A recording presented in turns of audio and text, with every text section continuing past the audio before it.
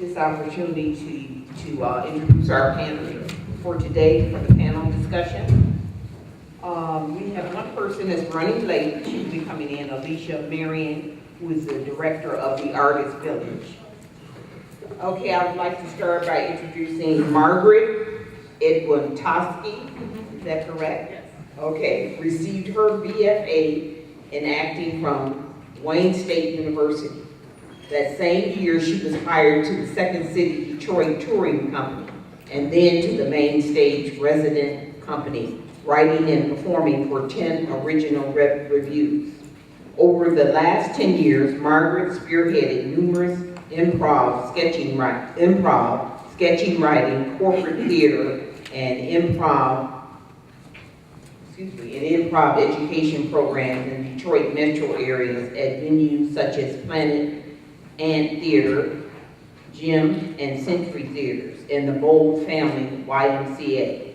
She is half of the two-women troupe Bottle of Red, wrote and directed the short film Red Likes Me, and has had many of her plays produced and read at local theaters. She is currently the Director of Arts for Y Arts Detroit, overseeing and creating arts, education, and enrichment programs. Welcome, Margaret.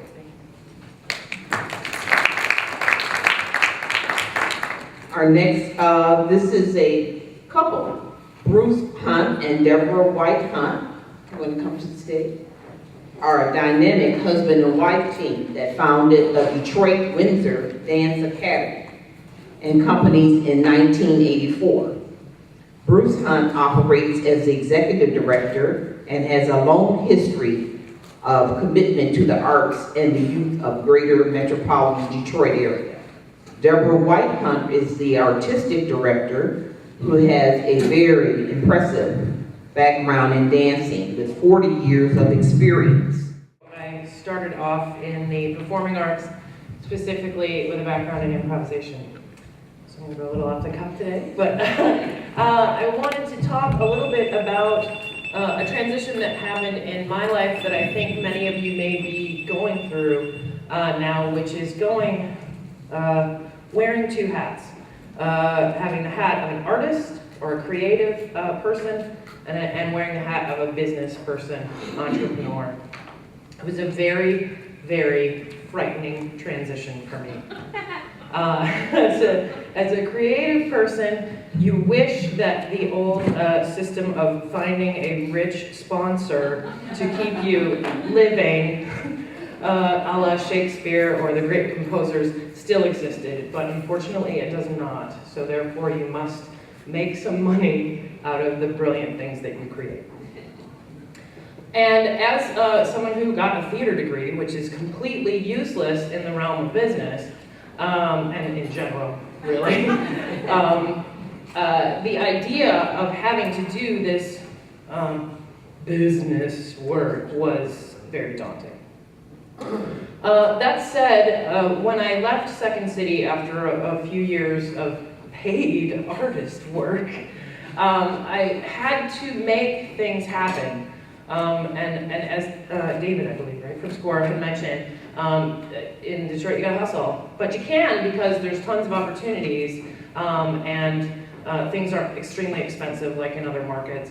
And so basically all I did after that was just create things for me to do. And constantly hustle and create that next project.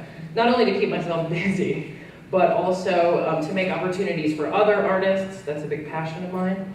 And to give something to this community.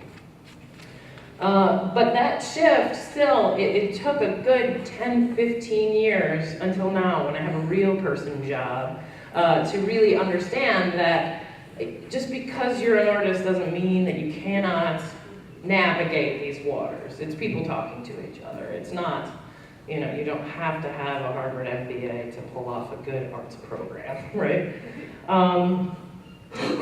So one of the biggest challenges I found in the beginning, and I don't know if any of you experienced this, is how do you ascribe a value to something you create? And I still find that today. I'm the director of Y Arts, which is an arts outreach program through the YMCA. We employ about 30 artists. We do on-site programming. We do arts programming out in the schools, predominantly in the city of Detroit, but also in outlying areas as well. Managing 30 artists is fun, can I tell you? I digress. Ascribing a value to something that you create is very difficult, especially if you're coming to this as an artist. Because for you, the value is in the process of creating it. And then, so what is that worth? So one of the biggest lessons I had to learn in this current job that I'm in is not only what will the market or the client bear, what do we need to cover our costs, because that's why we're a nonprofit. We're more about don't lose money in your arts programs than, you know, make a huge profit. But I think once you, there's also a fear for an artist of asking, or at least for me, of asking for what you deserve for your product. So that was a big first hurdle for me in changing those hats. As far as, sorry, let me get back here. Another problem that I've found that can be a challenge in the creative businesses here in Detroit, and I'm just as much a student here today as everybody else, so I'm definitely interested in the new perspectives people have. But although we're a small community, which makes networking great, I mean, in the creative communities, and after 15 years, I don't know why I'm so surprised when I run into people that I know at different events around town, because there's really not that many of us. It's a great networking opportunity, but somehow it's really easy to be the best kept secret in town. It's one of the problems we have at Y Arts. We have this huge program that brings so much value to the community. We put up events and nobody shows. Marketing, PR, getting your name out there is a definite challenge. I don't know the answers. I'm just telling you in my experience what I've had problems with over time. But the beautiful part is the attention is coming here.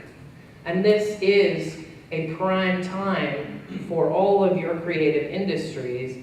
I'm sure you can sense the national attention coming onto the art scene in Detroit.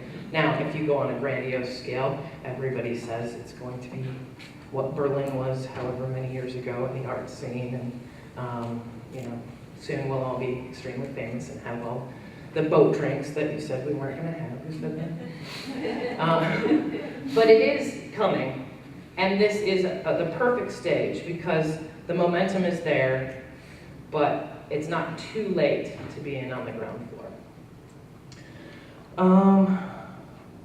But one of our biggest challenges, and what's great about all of us being here today, is that artists have been leaving this town for decades. Some of the most talented people I know have left, and I think it is our responsibility to keep them here creating. That's what's going to keep this area vibrant. Some have left, some remain, and they're some of the best people in the country. So I encourage all of you in your endeavors to build this creative community. And I'll just finish on this. My transition to a business person is not complete, as I don't have any business cards to give you today. We have a new logo and brand at the Y, and I'm waiting for those. But I do want to encourage you to visit our website, which is www.y-artsdetroit.org. We will have a new site soon, so it is a little rudimentary, but it'll at least give you some information on the programming that we run and my information if you want to contact me. I'm really excited to be here because we have been partnering or working with CEED for some time now. You notice the handsome gentleman at the back with the camera. One of our entrepreneurial arms, one of the ways that we try to support our work is by having creative industries such as media, video production. We also have a screen printing business and other things that are not grant funded. We can actually bring in money from products that we put out. So that's about all I have. Thank you very much for having me today. I'll be glad to answer any questions you have. Yeah? You said you're in Detroit. Which Y are you in? We are at the Boll Family YMCA, which is on the B-O-L-L. It's on the corner of John R. and Broadway, right downtown across from the Opera House. Where What's that? Yeah, the new one, yeah. It's sort of our headquarters in the Metro Detroit Association. Yeah. Did you say that you're a foundation? We're a nonprofit, we're part of the YMCA. So why did you decide to go that route rather than say like a business? Well, actually, I came into it as a teaching artist. I was teaching theater and improvisation and some media classes there. And then just stuck around long enough to run the place, I guess. Is it more of an advantage to be a nonprofit than the other way around, or what? Yes, I mean, for me, most of the endeavors that I've started have sort of been under the umbrella of someone else's business. That's why I'm sort of really impressed by everybody here for doing your own. I'm more of a parasite than a host, I guess. Yes. She had another one question. Could you speak Oh. to? Oh, we'll come here and then we'll come back. Could you speak to asking for what you deserve and the fear thereof? Sure. My biggest mistake in the beginning was underpricing. And actually, when I came into Y Arts, God bless them, and Bruce and I had talked about this, and I don't want to step on anything you might have to say about it, but I came into an administration that was run by an artist, not an administrator. So everything was underpriced, and we were bleeding, just bleeding.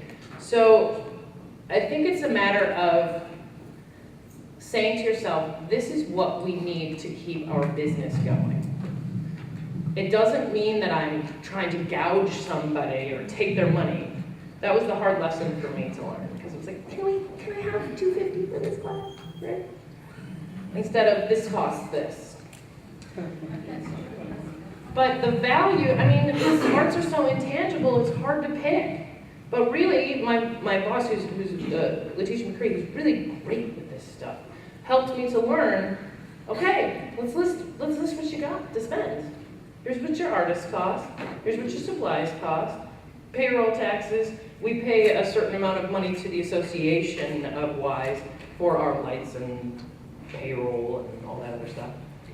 And then, balance that out. And if you can tack $50 on, just in case, not something that somebody else doesn't pay, great.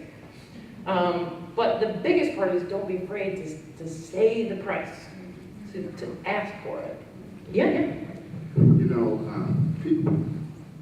People will spend the money for what they want, and the interesting thing is they give you more respect if you're priced correctly. You don't go on the shoot pay less when you can go to Macy's, okay, or Saks or what have you. So you have to view yourself in that manner that, all right, I'm giving a quality service, you deserve a quality price for yourself. We're supposed to come back over here. Yes, you mentioned that Detroit is in the prime time for the creative arts and it's gaining momentum. From your perspective, what areas do you see as areas that really would help the city a lot? Well, I'm sad to say not anymore film. That was one of the ones I would have loved to say is still there. There's still some of that going on, but that's changed. I think visual arts right now are where a lot of the momentum lies. I'm a theater person, so that's hard to say. But even just drive around Hamtramck, there's a whole street art, I don't want to say war, but there's a whole street art explosion there. Downtown as well. But I think the visual arts is what's propelling us, and then the other arts are sort of benefiting from that attention as well.